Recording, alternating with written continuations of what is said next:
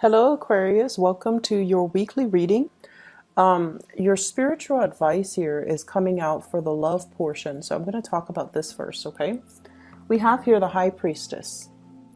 And the High Priestess is almost like looking at a space, looking at a situation from a space of higher wisdom, tolerance, as well as intuition.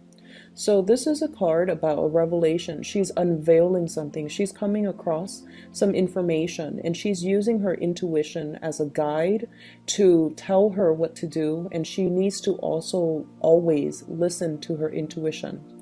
When it comes to this deck, this is an image of somebody that has a lot of wisdom, has a lot of insights into human characters, and it's also somebody that is a little bit on the colder end. They're hard to reach, they're hard to read. People don't immediately recognize what it is that you're trying to say, what it is that you're trying to communicate, or what it is that you're thinking. So a lot of the times they have trouble reading you. They have trouble understanding your intentions. And I feel like this is a week for you to be very careful about your communication with significant others, with your crush, with your love interest, mainly because that veil is covered. So it's like they might not, you might think that you're making a joke, but they might not think so. And as a result of it, they might get offended, they might get hurt. And it leads here to this situation, the Five of Swords, where harsh words are being exchanged, where there is conflict, where there is argument, where two people cannot see eye to eye. This is the energy of your partner or your love interest. I have a sword, very strong sword energy. So you might be dealing with like another air sign where the two of you are very, very similar. However, the communication itself, and because, if it's, I feel like it's not so much the actual communication, but it's more the intentions behind it. They don't really know your intentions, or the two of you are at a point where the communication is not flowing really well.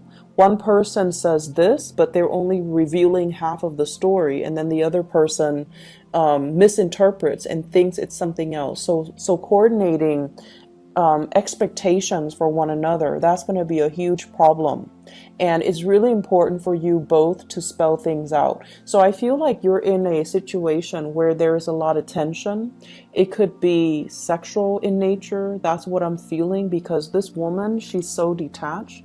And if your partner or your love interest feels that you're withdrawing or you are detaching, it's going to lead to this where they feel like, they're operating from a space where they pick fights. The two of you bicker a lot more, or they might say, like, make offhanded remarks to kind of get a rise out of you, to kind of get something going, mainly because they don't know how you feel, and they might have to revert or resort to this type of tactic just to get an emotional response out of you.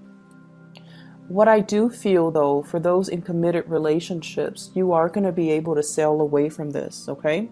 This is a card about overcoming difficulties when it comes to hurtful things, when it comes to communication, when it comes overall to relinquishing and letting go of the pains from our past, so that we can move away from that and come to a calmer state of mind, to a calmer state of communication. So for those of you in committed relationships, if there has been bickering, you're going to overcome it, and you're going to reach a space of stability. You're going to be reaching this space where the two of you solidify your relationship. This is the card about the Hierophant, and it usually denotes, a commitment, a situation where the other person is going to be more understanding. They're going to be more stable. They're going to be a lot more dependable. Okay, so this is a card of Taurus. For those of you dealing with Taurian energy, they're going to be there for you. And I feel it's as if these two cards, major arcana cards, you might be dealing, I'm getting a very strong Virgo, a very strong Pisces, as well as Taurian energy here with both of these cards. And so if you're dealing with those signs, I do feel like, this is a really good match here. the High Priestess and the Hierophant, you and your partner have a lot of things going on. So if you're like this, you have many, many people at your door. You have a lot of projects that you're working on. And this person, they might be very intelligent. They are handling, like really important. I feel like the word I'm getting is classified information, classified documents. Okay.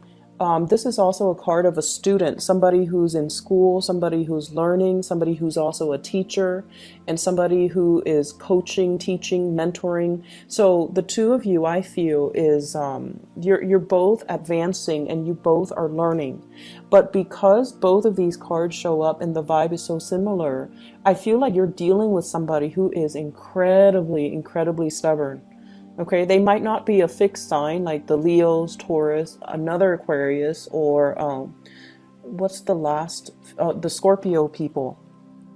However, one person wants to be the teacher and the other, and expects the other person to learn. So it could be them wanting to, play the role of a teacher. And so I feel like if there has been a lot of conflict, it's because of ego clashes. And you are a very independent sign. You're very independent when it comes to your ideas. You don't like other people to impose their ideas on you or their ideologies on you. And so you might be butting heads with them. And so this is the week where I see your energy kind of softening up, where you're unveiling yourself. You're being a lot more receptive to the way that this person shows love and shows affection. And I feel like a lot of it, the catalyst that allows the two of you to do that is the Ace of Swords. This is truth, communication, revealing how you really feel and allowing the other person to kind of be themselves. If they feel like they want to, be the teacher in the relationship, if they feel like they have a lot of insights, a lot of things that they can offer you, maybe there is some truth to that. So maybe, letting them talk, maybe just letting them be, maybe giving them space, and maybe just having that breakthrough in communication so that the two of you can share. And really, I see a major thing here about you needing to communicate from the heart, needing to as well not be so harsh with communication, so toning it down a little bit. And they're saying baby talk, and I know that sounds so weird for an Aquarius, I can't even imagine, but they're saying like baby talk, okay, with the sword energy. I feel as if it's saying here, really pick your battles. If it's not worth it, don't fight over it, because you guys can get really bogged down when it comes to if there are disagreements in certain ideas, you want to get to the bottom of it. You want to resolve discrepancies. You want the other person to come to your way of doing things or believing in certain ideas. And if the other person's really stubborn, the more you push, the more they resist. And so I feel like you've finally met your match. And so the only way for this to work is if you openly, honestly communicate your needs, communicate your expectations. And I feel like the other person, they're so dependable. This Hierophant here, they're very dependable. So they're going to, do whatever it takes to make you happy. Singles and dating, this is a really good card overall, where you're going to be communicating with your crush or somebody that I feel like you might initially find them kind of boring. Initially, okay? You might find them initially kind of boring, and they might rub you the wrong way at first because they're kind of abrasive. And then gradually you get to know them, and you get to see this really patient, enduring side of them that loves to read, that loves to have their alone time. They're quite independent, and they're just a pillar of strength and stability and morality as well. So whatever you thought was really annoying about them, you might, find them quite endearing and quite attractive, and you might be really, really drawn to them. And I think a lot of it is happening because of really great communication between the two of you. So if there has been tension, I feel like it's de-escalating and it's leading to some major communication breakthrough. So there's going to be a lot of talks with relationship partner, crushes, etc. for this week. Really take the time to kind of open yourself up, because if it's just mental energy, that doesn't really lead to anything. So make sure, you speak from the heart chakra to talk about your dreams, your wishes, your desires, your expectation for the other person, what it is that you really want out of a partner, okay? The other areas of your life, first of all, I have here the Two of Pentacles. This is one of the first cards that jumped out. So the Two of Pentacles, this is like making decisions, weighing the pros and the cons of the decision. And I feel for many of you, you're doing this on the job, okay? Should I waste my time with this client? Is it going to be like a sure thing? Or should I, just cut my losses and work on another account? Should I reject this offer, or should I, take up this offer? So I feel as if many of you are at a job where you are the one that gets to decide, and whatever you decide on is almost like very, very big, and it could affect somebody's livelihood. So you're making really, really difficult decisions. And a lot of the times, Aquarius, you see things in a very black or white type of a way. If it's wrong, it's wrong. If it's right, it's right. And that's the nature of fixed signs. They have very, very strong likes and dislikes, and they have very strong opinions. And I feel like this is the week where early on in the week, you might feel like, oh, this situation is kind of fishy. Let me go and, interrogate the other person. Let me get to the bottom of it. Let me, just give them a piece of my mind so that they don't feel like they pull the wool over my eyes. Like, I'm no fool. I want to assert myself, and I also want to, let them know that I know what they're up to. So I feel like there is some sneaky behavior here in your work environment, and I feel like you want to charge in and you want to fix the situation. And in the process of doing that, I feel like things start to ravel, and then you find yourself in this state where you're just like, I'm not really sure. I'm not really sure if what I thought initially is really the reality. And so you have to go back and redo, and you have to ask for more information. You have to elicit more concrete details from somebody. You have to come in and ask for more, like, tell me exactly what happened and give me more details. How did you feel? What exactly happened after that? So getting things in chronological order. So I feel like what you thought is definitely not, it's not that it's not the reality, but it might not be the right thing.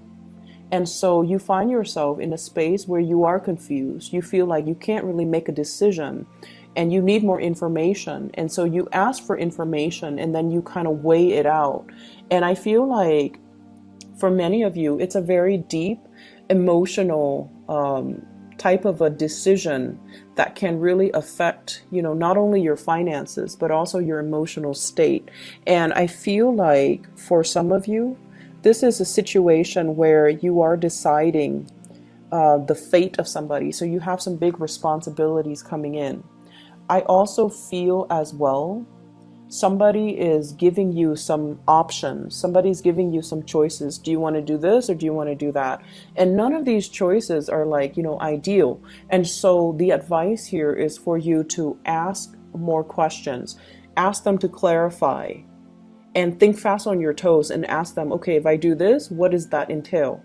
5 months down the line, what does that entail? So really if you're not ready to have this conversation, wait it out. Just tell them, I have a lot on my plate right now. Can we do this tomorrow? And then when you go home, plan out your course of action, plan out the questions that you're going to be asking, because I feel like there's some major decisions to be had about your future.